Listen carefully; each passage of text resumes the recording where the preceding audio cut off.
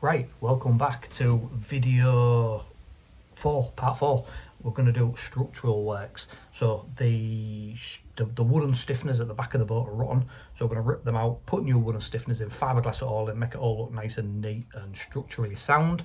And we've bought an outboard, which I explained in the last video, if you've seen that or not. We've got a long shaft outboard and this is a short shaft boat. So I've done a video explaining short shaft and long shaft and what the difference is. If you don't already know, have a look at that. If you do know, have a look at that anyway. It's more hits for me. No, we're going to extend the transom in this video from a short shaft to a long shaft transom. A bit of hardwood, fiberglass it all in, make the back end of the boat look nice, make it structurally sound, and then we'll have no problems with that in the future. Here goes.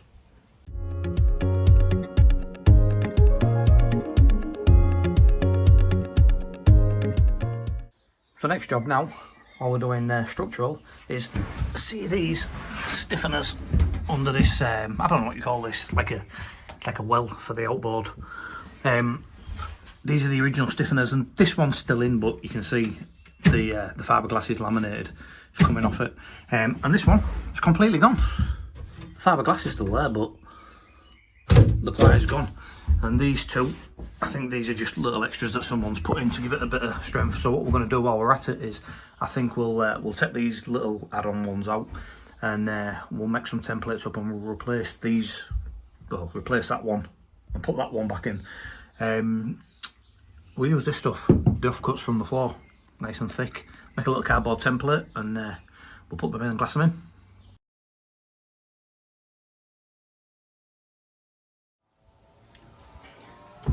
Well, we've got that in one piece, so I don't need to make a template, we can use that as a template. Right, we've managed to find an engine. This is a picture of it. So we've got an engine, we've got a real good deal on it, bought it used, but it's a 2019 model. It's exactly what I'm looking for. Got controls, you know, remotes, electric start, and a 15 horse is what I wanted. However, it's a long shaft, and we need a short shaft. So part of this refit, we're just going to extend the transom, make the transom higher. I've got a separate video explaining short shaft, long shaft. If you don't know, have a check of that video. But so what we're going to do now is we're going to take this stainless off, and we're going to make this transom higher to suit the long shaft outboard that we've bought.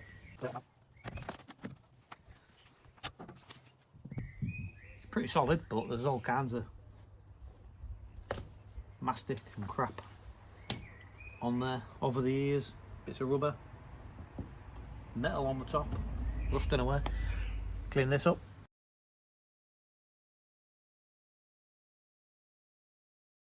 So it don't look too bad, it's pretty solid. Well, it does look bad, but it's pretty solid. This is all the original. Looks pretty solid, in good condition. I mean, the wood might be rotted inside, I don't know, but you can see it's got some kind of rubber. Yeah, I would imagine that was for the outboard to clamp to. It's got, looks like metal, like, I don't know if somebody's added a bit of flat bar or something to the top. I can't imagine it being a metal transom. But, so we'll clean all this up, and then what we'll do is, we'll get ourselves a nice flat surface along here. And then we're gonna, I think, cut notches in here, cut a hole in there, and then get a nice piece. This is the line of the new transom, of what that's got to go to. And I think we'll get ourselves a nice piece of hardwood, similar thickness to that. Cut holes in here and slide it through, so it'll go right through. And then we can stiffen it up on the inside with some, I need to put a shelf in anyway for the fuel tank to sit to, so we'll tie it all in together. Give some strength to the transom extension, and fiberglass it all up. Right, we've cleaned the back up. We've got a nice flat surface there now. Just used a reciprocating saw, quite easy going, but you can see that's nice and level. And we've cut these holes that we said we was going to do, done one on each side, and I've managed to get a nice piece of hardwood. I think it's beech, and it's obviously a bit wider than the back of this area that we're doing, and I can't go the full width for the box, I'd never get it in, so a little bit longer, a it'll slide in through that hole, and I can slide it back into the other side. Get it somewhere near our centre mark. And that's given us a nice strong piece of wood to work with. Unfortunately I couldn't get a piece deep enough, so I've got another bit here that I'm going to strip down, and then I'm going to make a little packing piece to go in there just for the height, and then we'll bond it all together, screw it all together. Obviously this is going to get fiberglassed over the top, and we're going to put some shelves on the other side of this inside the boat, and they're going to pick up where this wood goes through, so it gives it a bit more like a bracing effect. You know, when your outboard's on the back, it's going to be twisting this transom. Now don't forget, this is a river cruiser, so we're only got a 15 horse engine on the back. It's not like a speedboat that's going to be doing, you know, 25 knots pulling inflatables and skiers, so there ain't that much pressure on it, but there'll be a little bit, but not too much. So we don't need to go over the top. But that's a nice piece of solid hardwood. What I did notice when I was cleaning this up, I stuck my screwdriver in here, and I can feel the original wood on the transom is a bit rotten, about an inch in. I can dig it out with my screwdriver. So this transom's probably rotting from the inside out anyway. It's an old boat, water gets in, you know, and wood don't like water. That's why we're using a bit of hardwood. It'll last longer. It'll see me out for the time I have this boat, and probably last for years to come. It's probably 40 years old, this boat. So I've cut another piece at just 25mm thick. Now I'm going to get this next piece in on top, but it's really tight to get it in. I'm struggling to get it in and slide it across because I've got it that tight. I want it tight because the more it's compressed, the stronger it is. So just a little tip. Just a bit of washing up detergent. A bit of that on there, and it'll help them two faces slide up just a little bit better.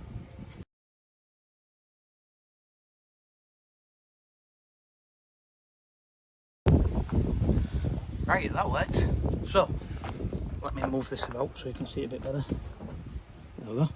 So you can see we've now got our raised transom in. I put a centre line on a piece of wood first just to make it easier from this side, so I know we're in the right place. But that already is pretty, I mean, that's solid. It already is. I'm still going to put all the extra bracing on and things like that, but I'm really pleased with that. Right, we're going to make some shelves to go in the back here. We're going to put a shelf in for two reasons. One, we'll maybe store the battery on it or the fuel tank. Two, most importantly, it's going to add a load of structural strength to the back of the boat. You can just see through the back there, that's the new extended transom sticking through. So putting a shelf in here is going to tie that transom in, and it's going to give loads of strength. So because it's a bit of an awkward shape, we've made a cardboard template. Makes it much easier. It's easy to cut and notch cardboard to suit. Now we can draw around that, get a nice piece of wood, a shelf that'll slide right in there and create a load of strength to the back of the boat.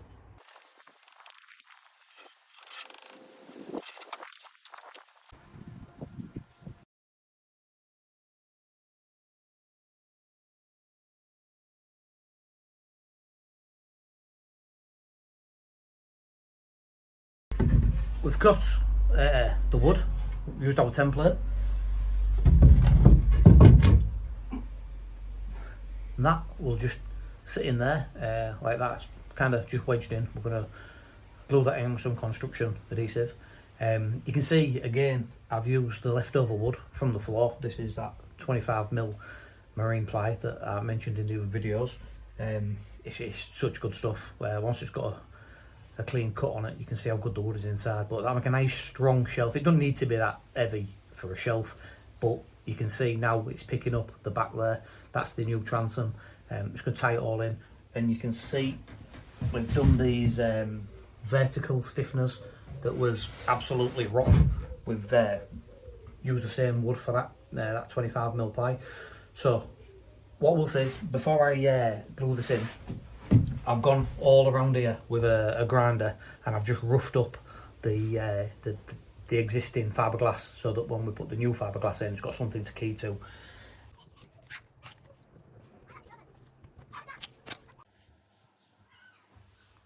So now we've got the shelves, stroke, horizontal stiffeners and the vertical stiffeners glued in place using that construction adhesive just to hold them in place, give it a bit of strength. And then we're going to fiberglass all this in. But you can see by using that 25mm marine ply how much rigidity and strength we've added to the back end of the boat. Bearing in mind those horizontal shelves also tie into the new transom that we put in at the back, so it'll give it all a lot of strength and just keep the whole back of the boat nice and stiff for that outboard to be attached to. Now for the fiberglassing. Finally, GRP time. GRP, fiberglass, whatever you want to call it. I'm guessing GRP is glass reinforced plastic, which is probably the right name. Or glass reinforced polymer maybe, God knows. Fiberglass we'll call it. Right, so I'm not an expert. What I know about fiberglassing, I have learned on this boat. I've done a little bit in the past, but a very little bit on boats. So I'm going to show you what I'm doing. There's people out there that know much more than me about it. So if I'm getting it wrong, let me know. I don't mind being corrected. But I'm going to show you what I'm doing it, how I'm doing it, and what works for me. So I've got a boatyard down the road, and the guy that runs the boatyard is brilliant. He helps me out. I buy all my products from him, so I can't give you any brand names because I don't know. I guess he gets them in a barrel and then sells them in smaller containers like this. But I'll show you what. So I'll run you through what I do. So this is the epoxy, and this is the hardener that we mix it with. So basically we mix the epoxy and the hardener together at a 1 to 2% ratio. So if we're doing 500 litres of 500 litres, if we're doing 500 millilitres, half a litre, 500 mil of epoxy, that would be 5 mil of that. That's 1%. Now he told me somewhere between 1 and 2%. In winter I tried the 2% and it set really quick. It's quite warm now, although it doesn't look it, but it is quite warm now. It's 20 odd degrees today. In fact, I'm still a bit wet because we've been paddleboarding. 1% is plenty. It's setting at 1%. It gives me enough time to do what I'm doing before it goes off. And this is the matting, the fibre matting, which I'm sure you've all seen before. If you're watching these videos, I'm sure you've all done a bit of fiberglassing at some point.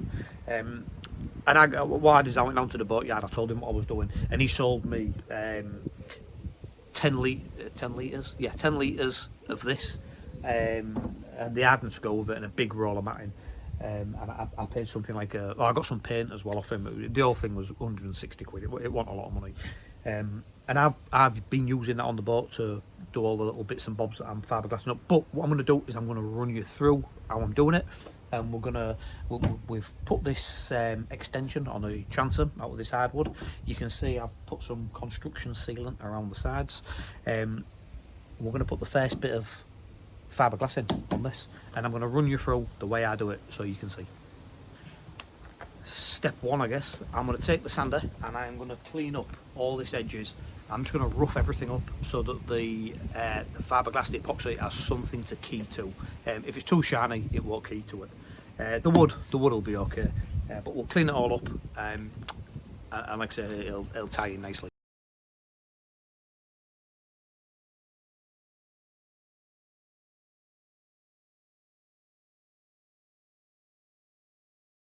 Right, so we're sanded and cleaned. What I'm going to do for this bit is we're not going to do the whole lot. This board is slightly thinner than the back of the transom, so you can see how it just sits in slightly there. So what we're going to do first off is we're going to glass just the board, just the board down to here. We're going to put a couple of layers on and let it build up until it comes level with the rest of the boat, and then we'll glass a bigger piece that ties it all in later. But we'll do this bit first. So to make it easier on myself, I'm going to cut the matting. Obviously I've got a big roll of it here, so I'm going to cut a piece out roughly nylon shape.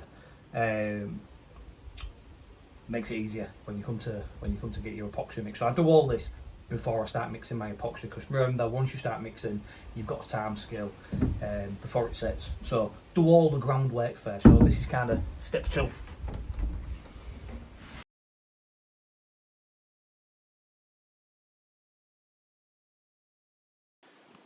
we've cut 2 sheets of mat because we're going to double this up. And like I say, I've cut it pretty much where it wants to be. A little bit bigger. I can trim that down. So that is going to go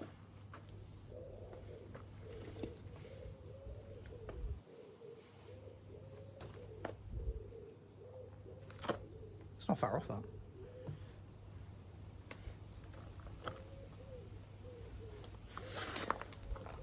So this was obviously square, and I don't want it square. I want it to follow the contour of the boat. So I'm just going to trim them bits off right now.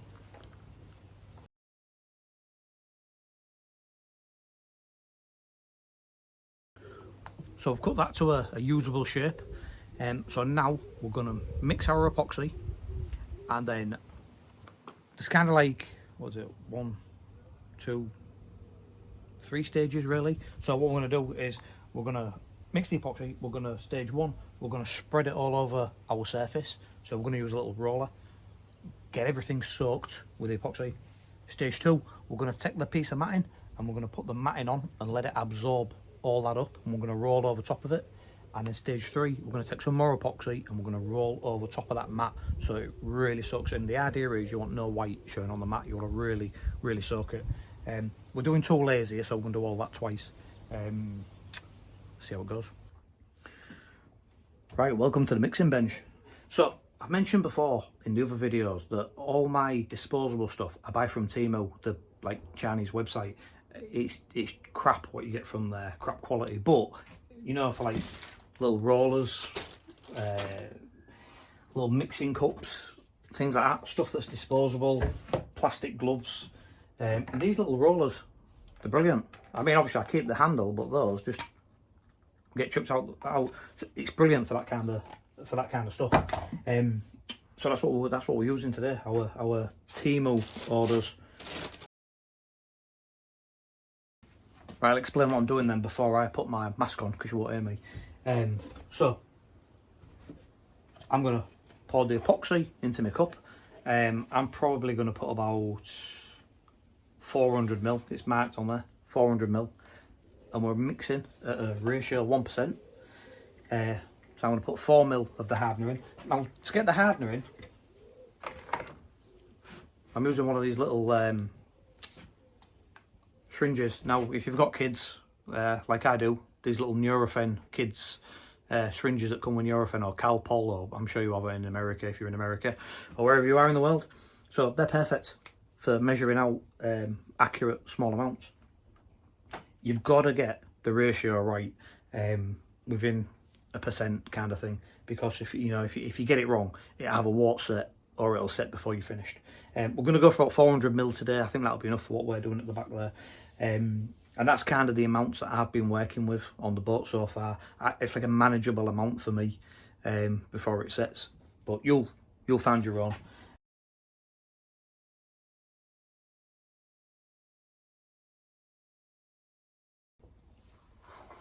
So before I get into mixing this, the guy that I got it from, he did tell me you've got to be real careful with where you store this stuff, because it is really flammable. So like I mentioned, if you've got kids like I do, obviously you've got to keep it out of there where you don't want them on it, and it wrecks whatever you get it on. I splashed it on some of this t-shirt, so this is now my Fiberglassing t-shirt. One thing I will show you that I also got from Temu, I got this little stirrer, this little plastic stirrer to go in my drill. Couple of quid. This is absolutely brilliant because we're using such a low ratio. You've really got to mix it properly, and this just mixes it brilliant in no time at all.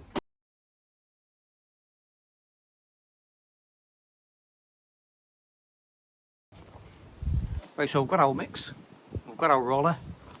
We're just going to roll it on.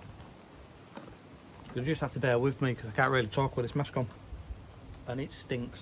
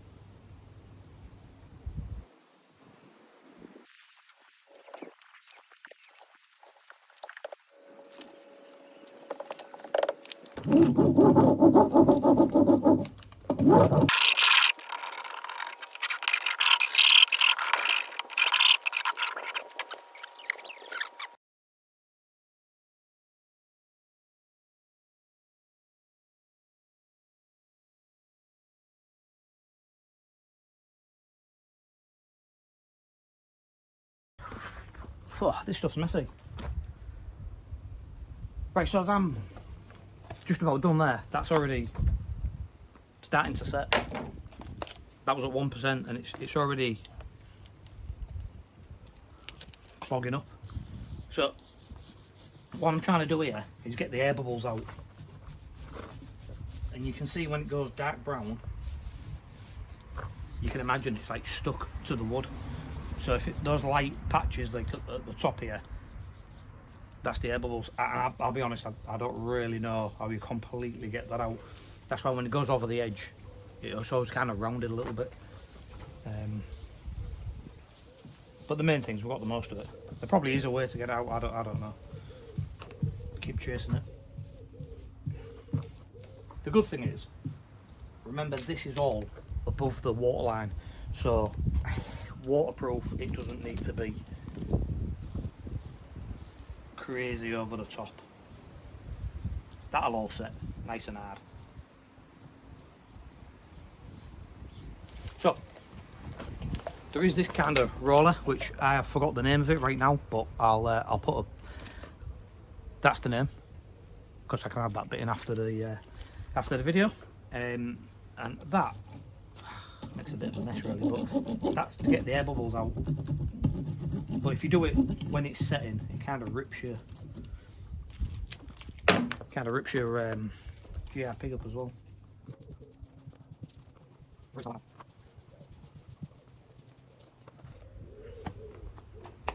Right, so we've got our first lot on, so we've done 2 lots of mat and we've really soaked it. I think it's too warm, to be honest. It's setting really quick. It's not gone quite as nice as I would have liked, but it doesn't really matter at this stage because we're gonna let that dry, and then we're gonna go over it again, and take a bigger area of the backing to tie it all in. So we'll get out a sand down. Once that's dried, we'll get out a sand down to rough it up again, and do some more. That is real GRP basics. So this is the beauty of the cheap T-mill stuff. You can just chuck it all away. If you look in the back of the boat, you can see all the different cups where I've been fiberglassing inside the back. I'll show you some of that now.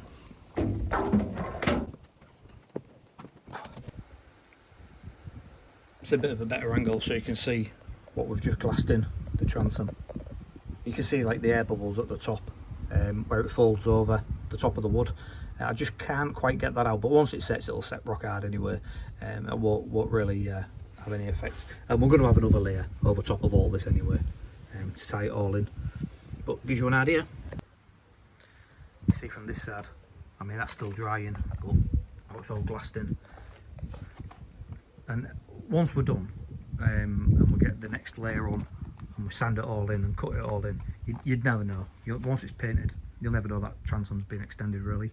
And if you're wondering what this little pipe is, there's like there's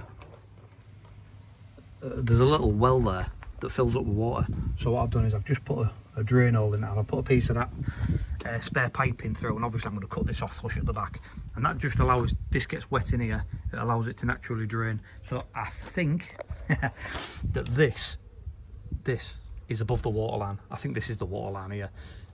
But if it isn't above the waterline, then we'll just put a little plug in there and we can drain it when we take it out of the water. But I'm pretty sure that's above the waterline, so it'll just be self-draining, like a self-draining deck. There's some I did earlier. So do you remember the back of the boat? We put all those stiffeners in. We put 2 shells either side and the new stiffeners at the bottom, and we used the 25mm flooring. And now we have fiberglassed it all in, and you can see it's all nice and waterproof.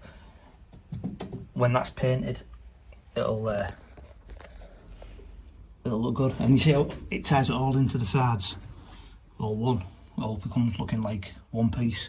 I've done the underneaths as well, and right at the far back you can see now that extended transom poking through, that's all fiberglassed in, top and bottom, and those bottom bits all fiberglassed in both sides. It's tying it all up nicely. I've even gone and fiberglassed the back edge of the flooring in, fiberglassed all around here.